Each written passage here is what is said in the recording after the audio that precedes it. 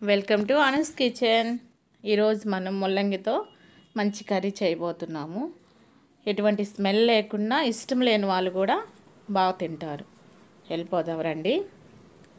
ముల్లంగి తీసుకున్నాను, 3 ముల్లంగిలు, 3 టమాటాలు, 2 ఆనియన్స్, 1 వెల్లుల్లి ఇట్లా కట్ చేసి పెట్టుకున్నాం కదా. ఇప్పుడు మనం స్టవ్ వెలిగిస్తాం. స్టవ్ వెలిగించి ప్యాన్ పెట్టుకున్నాం. ప్యాన్ హీట్ అయిన తర్వాత ఆయిల్ వేసి తగినంత ఆయిల్ వేసుకుంటాం. హీట్ అయిన తర్వాత పోపు దినుసులు వేసుకున్నాం. కొంచెం అట్లా మగ్గిన తర్వాత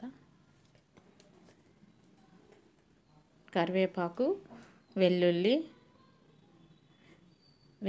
దంచుకున్నది పక్కన పెట్టుకున్నాం కదా, ఆనియన్స్ వేసి వేపుకుంటాం. కొంచెం దోరగా వచ్చిన దాకా వేపుతాం.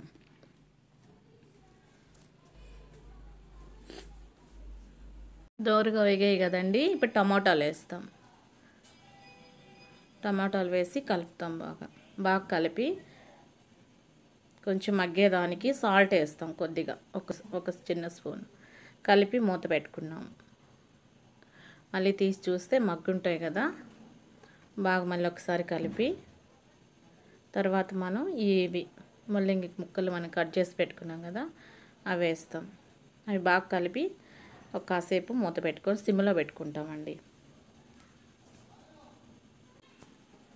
కలిపి మూత పెట్టుకున్నాం కదా, మధ్య మధ్యలో కలుపుతూ ఉండాలి, ఎందుకంటే అడుగు అంటుద్ది. వాటర్ వేయలేదు కదా మనం, అందుకు మూత పెట్టుకున్నాం కదా. అట్లా 3 టైమ్స్ మనం అలా కలుపుతూ మూత పెడుతూ చూసుకోవాలి.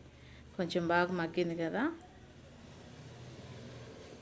ఇప్పుడు పసుపు, తగినంత కారం,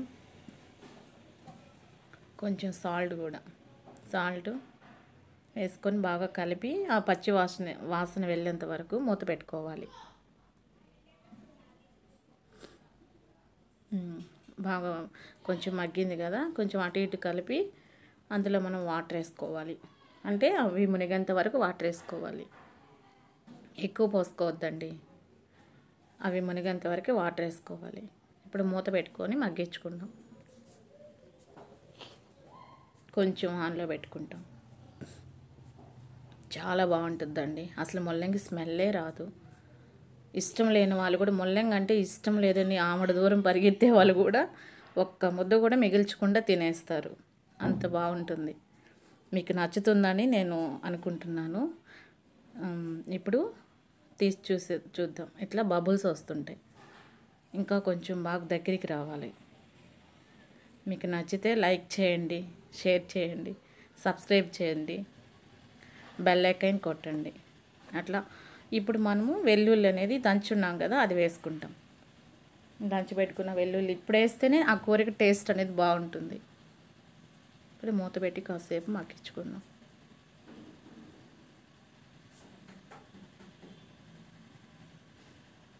మొత్తం చూద్దాం. అట్లా వాటర్ బబుల్స్ వస్తున్నాయి కదా, మళ్ళీ ఒకసారి కలిపి ఓకే అండి, బాయ్.